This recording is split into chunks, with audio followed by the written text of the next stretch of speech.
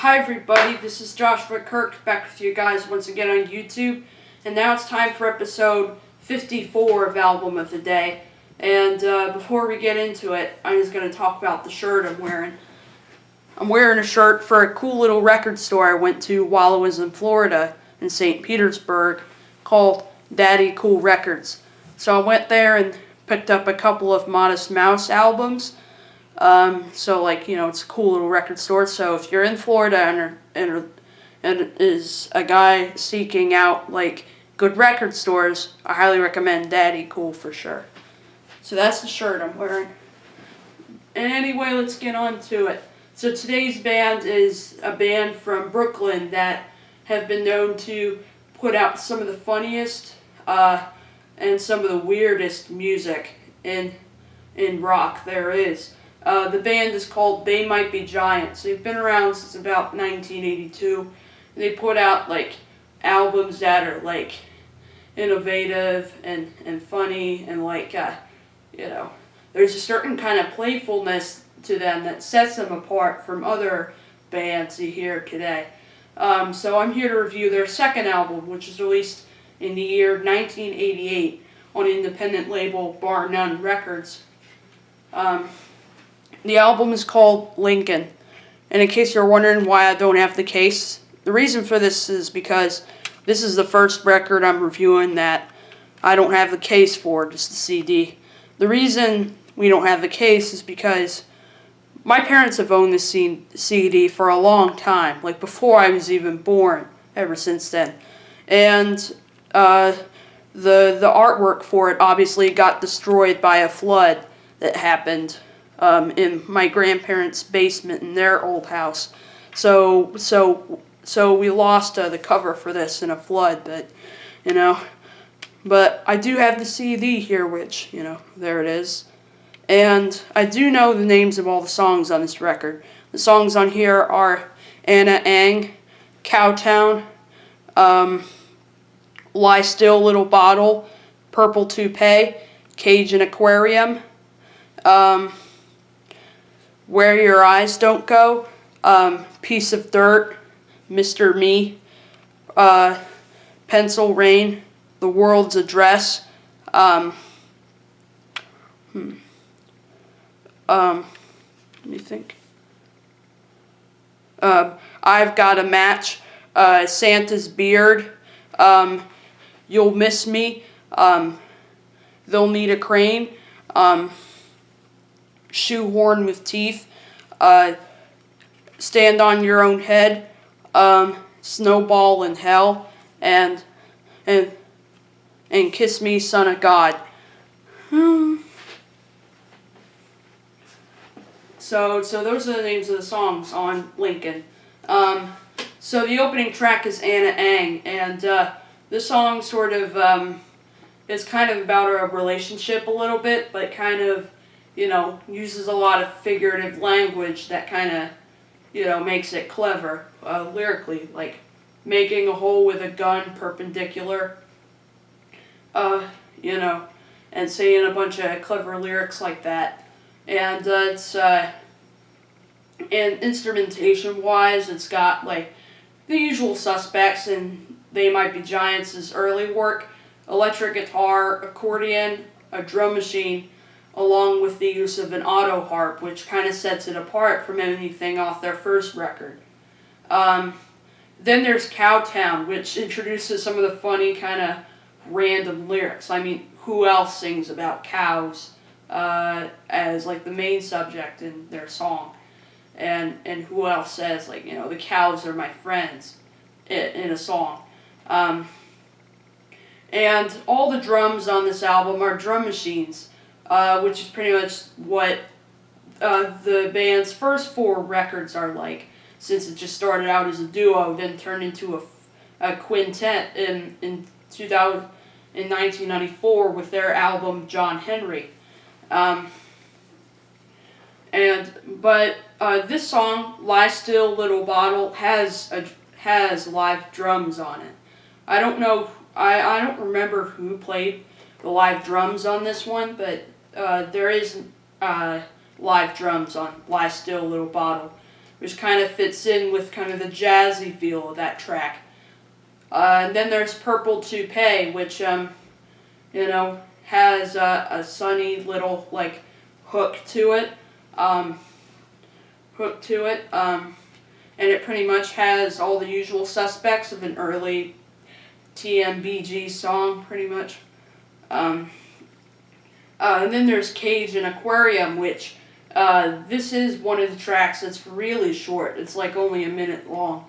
In fact, it's not really as much of a song as it is kind of a track just tying everything together. Kind of like on their fourth album, Apollo 18, where they had like 21 tracks that were only a few seconds coming together into a 5-minute song called Fingertips.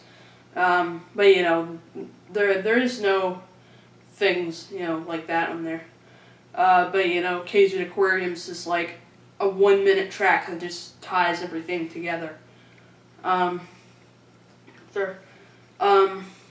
then there's the sixth song, where Your Eyes Don't Go, which has a weird little intro with like, a buzzing synthesizer, and then it has like, one point in the song where, it, turns a little more acoustic, pretty much. And then you've got a Piece of Dirt, which, has some percussion that sounds like, nothing more than like tin cans or something like that. And then there's Mr. Me, which that track just makes me smile when I hear it. It just makes me grin, especially with the catchy little whistle hook on there, along with the yo yo yo that John Flansburgh can be heard singing on there. I don't know if it was John Linnell or John Flansburgh doing it, but there's like a yo yo yo that, is so addictive to listen to. That's could be done by either Linnell or Flansburgh on there. And then there's Pencil Rain, which has these drum machines that kind of have this, military feel to them. And the auto harp appears again on this track. On this track. And then you've got The World's Address, which, has kind of, a loungy feel, especially with John Linnell's piano in there. I've Got a Match, kind of, talks about a relationship, once again, And then there's the particularly humorous track, Santa's Beard, which, talks about a guy who obviously dresses up as Santa once a year as like a little Halloween costume. Because, some people do funny things like that, like dressing up as Santa around the holidays. So, yeah, it's kind of about a guy who dresses up as Santa, like, once a year and hangs out with the narrator and his wife. And, like, it talks about how the wife is wearing Santa's beard, and it also talks about how, when people do that, they kind of mess with you a little bit and kind of, wreck your home a little bit and kind of, throw your life off a little bit because you're thinking about it all the time.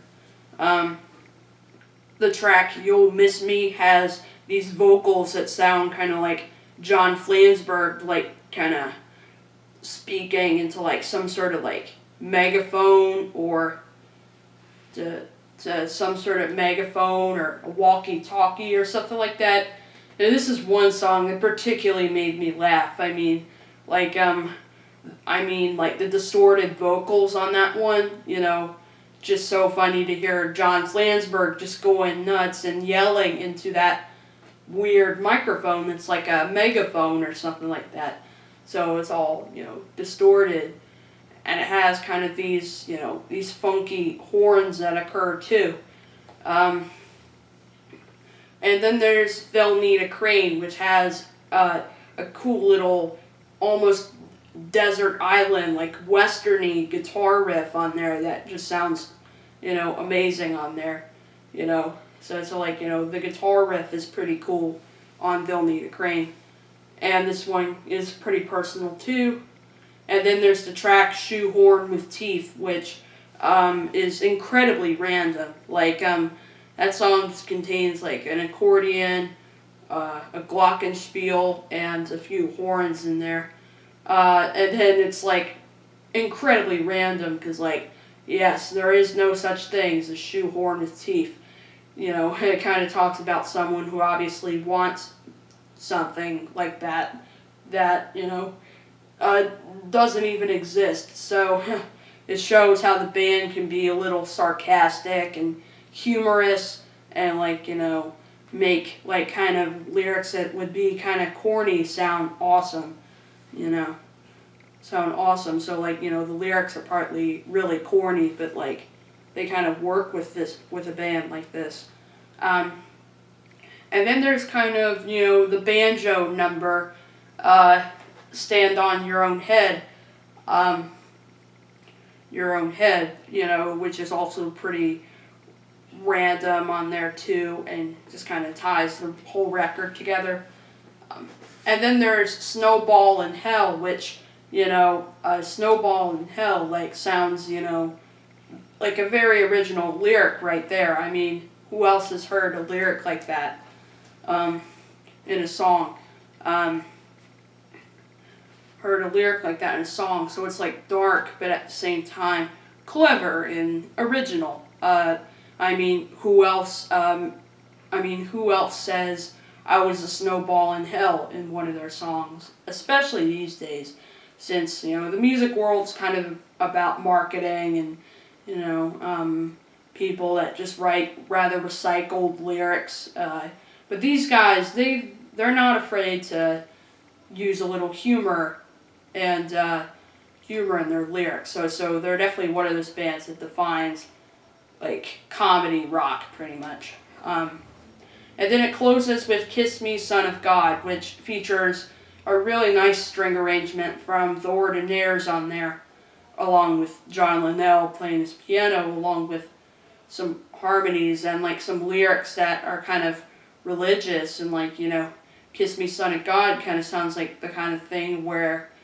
you know, it's almost as if, I think the narrator in the song is probably a person who is dying or something like that, and is begging the Son of God to you know, kiss him and, you know, wish him the best or something like that. But, you know, it's a really nice closer with a really nice string arrangement from The Ordinaires on there.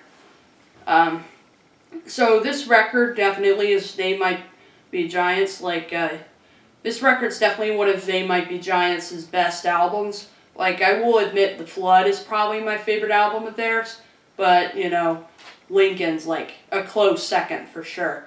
Apollo 18 is a good album too.